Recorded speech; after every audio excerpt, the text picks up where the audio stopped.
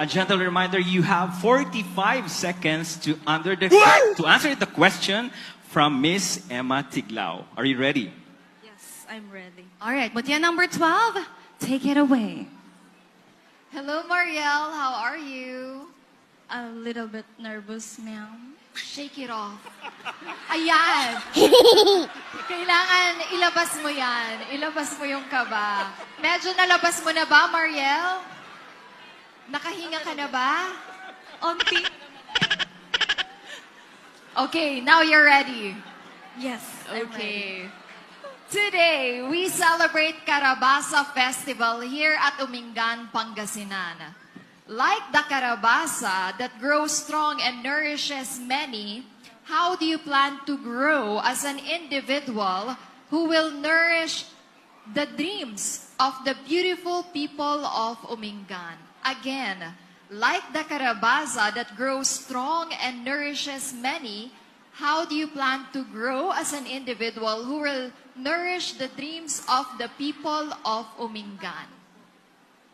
In Tagalog daw po, Miss Emma. Meron po ba tayong version in Tagalog? Sige, kakayanin natin. Diba ang kalabasa, pag tumubo yan, talaga namang strong yan, di ba? Tapos maraming vitamina yan. Isa na sa vitamina yan, pampaganda ng eyesight natin. So as an individual, paano ka mag-grow? Diba? Para matulungan mo ang mga people dito sa Umingan na ma-achieve ang kanilang mga pangarap. Paano mo sila tutulungan?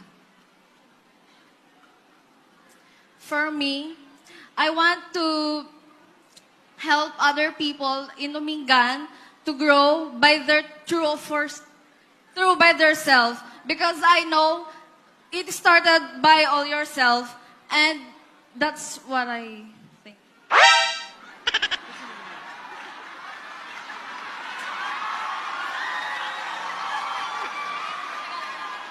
Tatagalog ko na lang. Ulit yun. Para sa akin po, alam naman po natin, tama na.